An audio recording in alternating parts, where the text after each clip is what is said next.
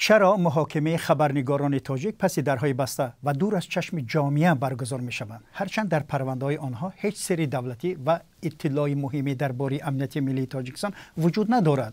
مقامات با جزای سخت دادن به خبرنگاران به مثل عبدالله غربتی، طلب جزای سخت‌تر به 10.5 سال برای دلیر امام علی به رسانه‌ها و دیگر خبرنگاران چی پیام دادن می‌خواهند؟ امروز در گپ آزاد در همین باره صحبت میکنیم و مهمانان ما نورالدین قرشبویف رئیس انجمن رسانه‌های مستقل تاجیکستان و فرهاد اودینایف فعال مدنی از خارج تاجیکستان. سلام و خوش آمدید به برنامه ما. درود به بینندگان ارجمند و یک نکته را در آغاز این برنامه میخوام تاکید کنم که واقعا ما تلاش کردیم که نماینده‌های مقامات تفتیشاتی و یا نماینده دادستانی کل در این برنامه باشند، به سوالای ما پاسخ دهند، ولی هیچ کدومی از آنها راضی نشدند که به استودیو ما بیایند. و حالا به ادامه برنامه شروع میکنیم. از شما جناب نورالدین قرشبویف، چرا کسی را به محاکمه های دادگاهی عبدالله غربتی، دلیر امام علی، عبدالستار پیر محمدزاده، زفق بیگ، سید امینی محمدی سلطان و الفت خانم محمدشاه راه ندادند و یا نمیدهند؟ آنها که مقام دولتی نیستند، سر و اسرار دولت را هم که نمیدانند، شاید در دادگاه چیزی را فکر میکنند که فاش شود. چرا؟ نظر شما چی است؟ مرحمت. درود به شنوندگان رادیوی آزادی، دوستان گرامی، همکسان عزیز. قبلا من میخواستم یک چیز رو مشخص کنم که بعضی از این قضیه ها، مثلا قضیه دلیر امام علی، در جریان تفتیشات مهر مخفیت داشت و به اندیشه من پس درهای پوشیده صورت گرفتن مرافع سودی، نقض حقوق سودشونده ها و عدالت سودی می باشد. این نه فقط فکر من است. من چند روز پیش به فکر سابق دادرس وطن عبدالرحمنوف هم شناختم که آن کس با استناد به معیارهای حقوقی اثبات کردن که برگزار کردن این قضیه ها پشت درهای بسته غیر قانونی است و فکر میکنم که مقامات تفتیشات و مقامات سودی از آشکار برگزار کردن مرافع سودی به خاطر آشکار نشدن جزئیات این قضیه ها این کار رو پیش میگیرن. تشکر. و نظر شما فرهاد اودینایف در رابطه به همین سوال، چرا مقامات نمیخوان که کسی از جامعه مدنی یا حتی اطرافیان در محاکمه شرکت کنند؟ سلام علیکم به کل بینندگان رادیو آزادی و برای شما. بله، من با نظر استاد قرشبویف راضی هستم، ولی بعضی جزئیاتشون اکنون نگفتم. برای مثال چخیل میتوانند در قضیه محمد سلطان کسی رو نمیدونم، ولی ما خبرنگارا رو نمیگیم، ولی در وقتی مرافعه هم نمیگیم، در وقتی تو دادگاه، در دادگاه میتوان از حتی خش و تواراش راه داد، چون در اونجا مسئله رئیس کمیته امنیت ملی سیمومین یتیموف میرود. جزئیات پرونده هم در همین است که محمد سلطان کمبودی هایی رو آشکار کردن که خودی رئیس کمیته امنیت ملی یعنی رئیس یتیموف دارن. برای همین با هیچ وجه این رو نمیگذاشتن و این نمیتوانست که این سود آزاد باشد و در اون کسی شرکت کنند. در مسئله سودهای دیگرها، یعنی سودی محمدشاه و دیگران عبدالله غربتی، اینا همه ما میدونیم که این سودها خاراکتری اجتماعی دارن. اگر که اونها اشتراک کنن، کمبودی هایی که سود مقامات سودی، مقامات تفتیشاتی در تاجیکستان داره، اینا آشکار میشوند و این پنهان کردن همون کمبودی ها در رفت سود و تفتیشات است. پنهان داشتن کمبودی و منظورتون چی است؟ کدام کمبودی و در کدام مرحله ها اینا در نظر دارم؟ اصلا در تاجیکستان از شروع از بازداشتی چی اون اگر شروع کنیم از محمد سلطان که سر شد تو همین قضیه بازداشت این 4 نفر ژورنالیست عبدالله غربتی، عبدالستار پیر محمد زاده، زاوقبیک سید امینی یا دلیر امومالی، بازداشت همه اینها غیر قانونی بود. ولو رفتی مرافعه کلا نقض حقوق شهروند است. یعنی که مقامات تفتیشاتی از اولی تفتیشات دارند حقوقهای شهروند رو ویران میکنند. حالا همچون یک شهروند باز اونها حقوقهای همچون یک ژورنالیست رو ویران میکنند که این زیر قانونگذاری تاجیکستان است. به خاطر همین که این قانون ویران کنی ها آشکار نشوند، سودها رو مخفی میگذارند. و اگر نه چی عبدالله غربتی باشد، چی عبدالستار پیر محمد زاده، چی زاوقبیک یا دلیر، چی سری دولتی میدونستند؟ آیا اینا کدام کارمند دولتی بودن؟ آیا کارمند امنیت بودن یا کجا کار میکنن که این کدام سری دولتی را میدونستن و آشکار کنند؟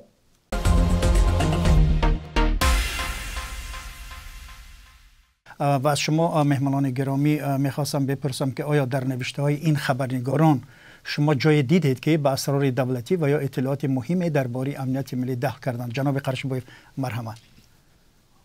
تا جایی که من خبر دارم و شناس هستم به موادهایی که از جانب این ژورنالیستان من در نظر دارم، عبدالله غربتی، دلیر امامعلی، زاوقبیک سید امینی و عبدالستار پیر محمد زاده را در نوشته های اینها، در نوار های اینها چیزی از سری مخفی نبود. و چیزی دیگر رو نیز باید تاکید کنم که حفظ کردن سری کسبی یا سری دولتی به عهده آن اشخاصی هست که به آنها این سر باور کرده شده است. و اگر چیزی آشکار شده باشد، این جرم ژورنالیست نه، بلکه جرم آن شخصی است که به سری دولتی دست دارد، یعنی دسترسی دارد. جناب فرهاد، شما به همین سال چه نظر دارید؟ مرحمت. تشکر. من راست دیگه به همین شب باز یک بار دیگر به هر چاره این برادرانی که بازداشتن از عبدالله و عبدالستار و زاوقبیک و دلیر بلاک هاشون نگاه کردم و اهمیت جدی دارم که در کجا دلیر، زاوقبیک، عبدالستار چی نبض قانون رو ویران کردن، چی بند قانون رو میتونستن ویران کنن، یا چی سری دولتی رو میدونستن که آشکار کردن. عبدالله غربتی روزنامه‌نگاری آزیا پلوس است. همه مطلب هایی که عبدالله آماده میکنه در آزیا پلوس در بخش تاجیکیش تحریر میشود، ردکتوری اون از نظر میگذارن، بعد اون به چاپ میرود. یعنی که اون اصلا یکم چیز سری دولتی یا که نمیدونم یکم قانون ویران کنی ندارد، اصلا امکان ندارد که عبدالله کجای قانون ویران کرده باشد. به خاطر همین عبدالله رو میارن اول برای که گویا در عدل میلیسیا، یعنی که در میلیسیا 3 نفر پلیس کارمند میلیسیا رو لطوکوب کرده است بیچاره. بعد اونا میکنن محکم میکنن و پرونده باز میکنن براش. خب ما که جزئیات پرونده رو نمیدونم که در سود چی در رفت پرونده چی بود که اونو 7.5 سال زندان کردن، چون این با این پرونده‌ای که هست در اول اعلام کردن اونو نمیشه که مثلا عبدالله 7.5 سال زندان شود، برای دلیر 2.5 سال طلب کنن پروکرور. معلوم است که گفته استاد قرشبویف در اونجا ماده های دیگری بند قانون رو وارد کردن بعدی بازداشت، یعنی که ساختکاری ها از در همین جا معلوم است که بعدی بازداشت ساختکاری میکنن. در مسئله عبدالستار پیر محمد زاده، عبدالستار فقط مسئله های اجتماعی که با خودی او را داشت فقط اونها رو آشکار میکرد. برای مثال اونو جریمه کردن ناحق اون رو میگفت یا چیزی دیگر. مسئله زاوقبیک خیلی جالب است. زاوقبیک اصلا مسئله سیاسی قریب نداشت. یک چند همگی مصاحبه دارد در بلوگش تمام و یک چند بار از بالای همون کرانی که خانه میسازن، خانه بلان آشیانه میسازن، از اونجا افیر میکنه، در یکون شوخی ها میکنه. خب دیگر اینو معلوم است، ولی دلیر فرق میکنه، چون دلیر وقتهای آخر خیلی فعال بود نظر به دیگر روزنامه‌نگاران بلاگران دیده خیلی فعال بود و اون مسئله های اجتماعی رو بیشتر می‌برداشت. اصلا دلیر سبب زندانی شدن دلیر همین برنامه‌های اجتماعی است که از طرف مردم درخواست می‌کنن. یعنی مردم درخواست می‌کنن که دلیر بیا فلان کمبودی رو بگو، دلیر ما با همسایه مشکلی داریم، بیا تو این مشکلی ما رو رسانه‌ای کن، یا کی نمیدونم با کدام مقامات حکومت. همون آخران نواری که دلیر کرد در همون با حکومت با پروکراتور ناحیه سینا رو بروشید، مشکلی دلیر از همونجا شروع شد، چون عبدالله که نوار برداری اون بود، مشکلی عبدالله هم بالای همون است، یعنی که قضیه عبدالله با دلیر ربط دارد و عبدالستار و زوقی بیگ.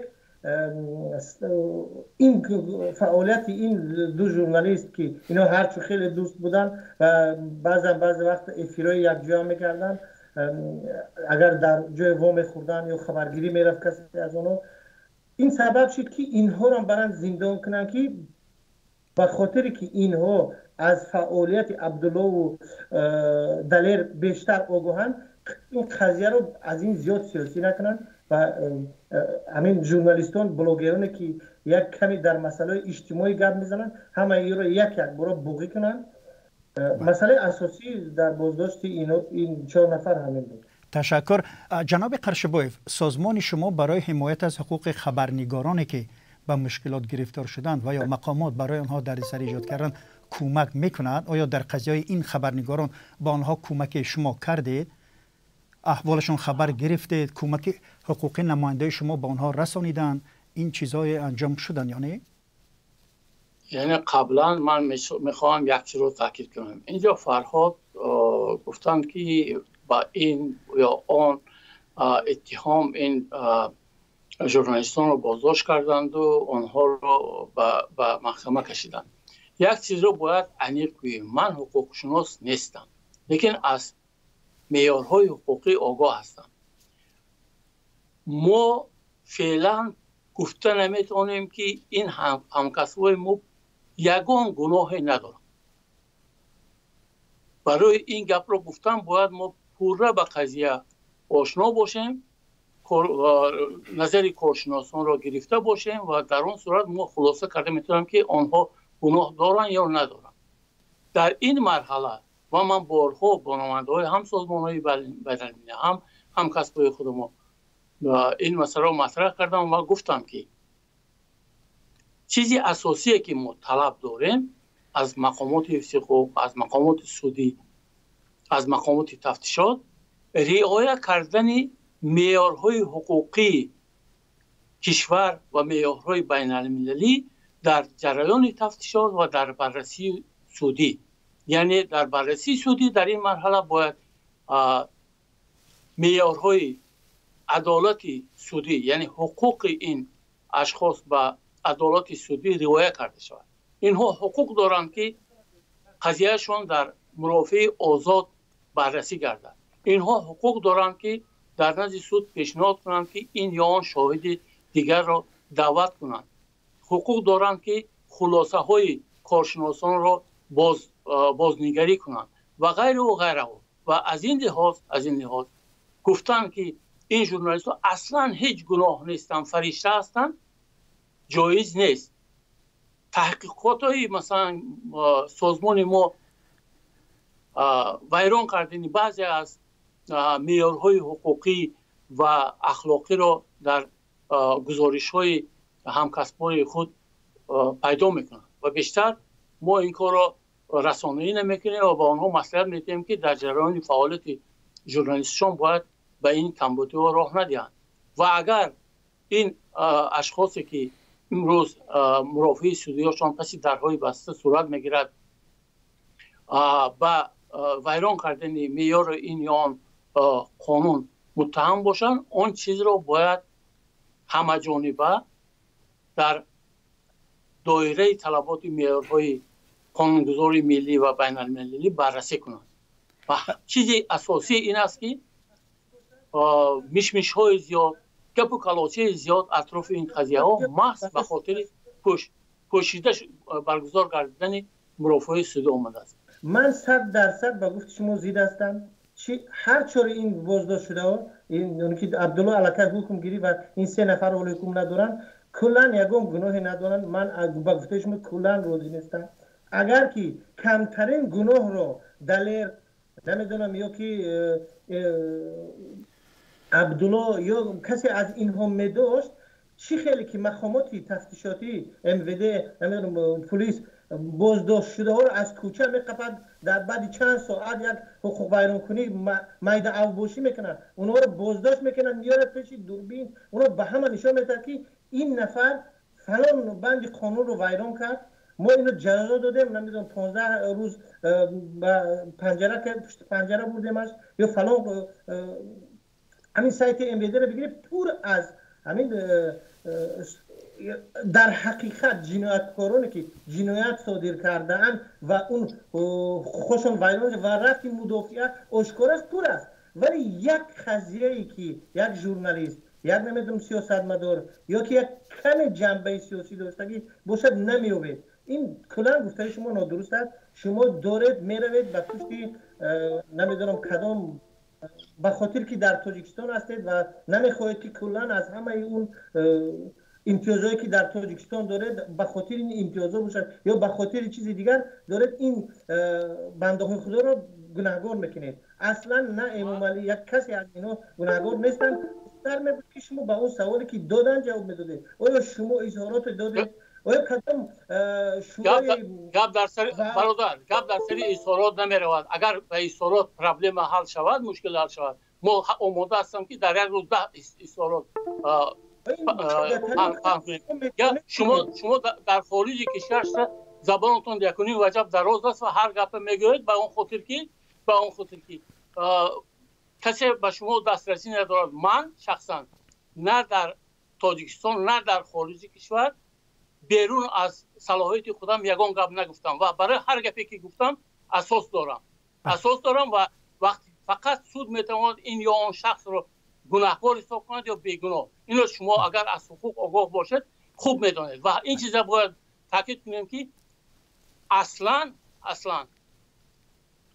اونهایی که بیرون از کشور دو فیغان در اطراف این روزنامه‌نگارا میبردارن، به جای کمک کردن به اینها برعکس گناه آنها را بیشتر میکند. یعنی من از واقعیت تاجیکستان میگم که وقتی که یک نفر با 2-3 نفری در غرب زندگی میکند و پناهنده سیاسی است صحبت میکند، در دایره قانون بین‌المللی و گناه صادر نمیکند.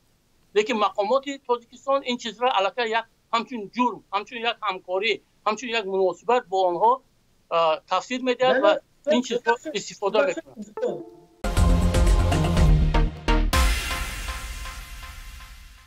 شما در صحبتتون گفتید که این ژورنالیست‌ها کمی یعنی که کمبودی داشتن. میشه شما نامبر کنید که این کمبودی‌ها چی بودن؟ مثال عادی میگیریم. خودی دلیل اعتراف کرد که در اندازبندی خودش را گناهکار حساب می‌کرد. خب همین خیلی بود. یا که وقتی که در قضیه عبدالله گفتن که اگر که دلیر در کدام بندی قانون ویران کرده است، یعنی که نلاب نسپاریده است، این جریمه دارد، این زندان کردن است، این 10.5 سال زندان بودن است. چرا شما قضیه‌های هزارها میلیون ها نفر هستند در تاجیکستان که انداز نمیسپارند؟ برای یک خشتبار رئیس جمهور میلیون ها دلار رو از بودجه دولت از انداز اونها رو آزاد میکنند.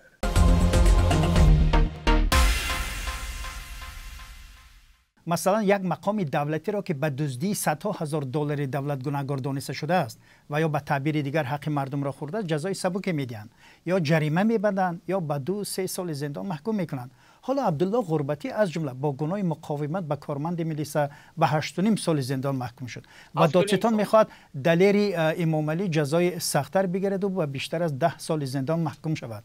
دادستانی و یا در عموم مقامات به این گونه جزاها چی پیام دادن میخواهند؟ جناب قرشبایف در این مسئله چی میگوید؟ اول اینکه سوال برای خوب نشد که به این سوال نمایندگی دادستانی و نماینده مقامات سعودی جواب دهند. لیکن پیام این قضیه ها این است که دهان پوشیده 100 طلا، یعنی آزادی بیان را محدود میکنند و ژورنالیستان، فعالان جامعه شهروندی نباید به مسائل داغ جامعه به انعکاس این مسائل دست زنند و مقصد همین که پورا فضای اطلاعاتی را تحت کنترل گیرند و نگذارند که یک آواز الटरनेटिवی در جامعه پیدا شود. تشکر. من در ابتدای برنامه گفتم که وقتی ما نماینده های مقامات تفتیشاتی دادستانی رو دعوت کردیم، ما میخواستیم این سوالا رو به اونها بدیم ولی اونها ناآمدن، قبول نکردن دعوت ما رو. فرهاد دادینف، شما چی میگوید در رابطه به همین سوالی که جناب قرشبایی پاسخ دادن؟ من 100% استاد رو طرفداری میکنم و چیزی هم اضافه نمیکنم، چون با یک جمله همه را گفت که این چی پیام داره. بله. و یک سبب اساسی پس پنجره انداختن خبرنگاران تاجیک به گفته حامیان حقوق آن است که مقامات در سیمای خبرنگاران یک دشمن را میبینند که گویا با تنقید آبروی آنها را میبرد. قبل از آن که به پاسخهای شما در رابطه به این سال توجه کنیم، یک پاره از صحبت خود دلیر امامعلی را میبینیم که در یکی از برنامه‌های گپ آزاد دایر به کار بلاگرها و خبرنگاران صحبت کرده بود. ما یگان خائن نیستیم، یگان دشمن نیستیم، برای پیشرفت این وطن میخوایم خدمت کنیم. باوری کنن تمام دیگه. جناب قرشبایف، نظر شما به همین گفته دلیل چی است؟ فقط آدمی ناقص العقل میتواند اعتراف کند که این یا آن اقدامی که برای بهبود جامعه کرده می شود این خیانت است. یعنی هر ژورنالیست، هر فردی که در تاجیکستان زندگی میکند به طور خود در خدمت دولت و ملت خودش و این چیز مسلم است که کسی یک جای ملایمش به شاخ گاو جنگ نمیداد و از این لحاظ در سیمای ژورنالیستان، در سیمای آنهایی که نظر دیگر به این یا آن حادثه واقعه دارند دشمن جستن، این کاری نادرست است. تشکر. فرهاد دینایف، شما چی میگوید مرام؟ استاد درست میگن.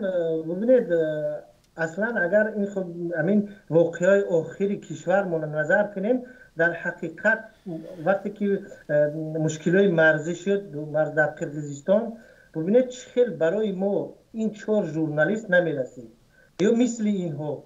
یعنی که یک ژورنالیست که آزاد باشد، حکومتی نباشد، نمیدونم اپوزیسیونی نباشد، یک ژورنالیست که آزاد باشد برود این قضیه رو آشکار کند با منفیت تاجیکستان. وقتی یک ژورنالیستی تلویزیون دولتی میرود، درست است که همه او رو همچنین پروپاگاندا قبول میکنند، ولی وقتی دلیر میرود میگن این یک بلوگر اودی است، یک بلوگر است که مسائل اجتماعی کشورش رو میبردارد و در این قضیه هم طرفی مسائل اجتماعی و مسائل سیاسی که در مرز وجود دارد اون رو برداشته است. ببینید ما در همین فضای اجتماعی، در فضای اطلاعاتی بر قرقیزستان خیلی بوی داده. خواهش میکنم. بله. گپ در سر او قضیه‌ای که مثلا فرهاد گفته است، قضیه مرزی این مسئله دیگر است. بله، این کاملا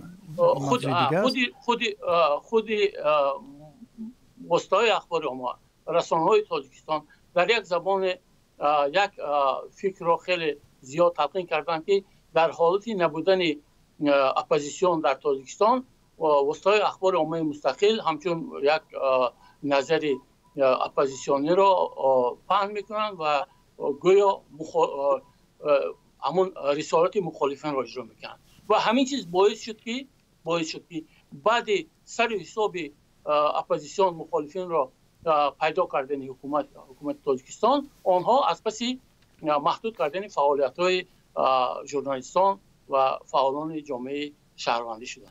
تشکر. در عموم بازداشت پیهمی خبرنگاران و بلاگران و به زندان انداختن آنها به وضع خبرنگاری و رسانه‌ها در تاجیکستان چی اثری بدی میتواند بگذارد؟ عاقبت زندان کردن خبرنگاران برای جامعه کشور چی است؟ چی پیامد خواهد داشت؟ جناب قرشبایف، در رابطه با این شما چی میگوید مرحمت؟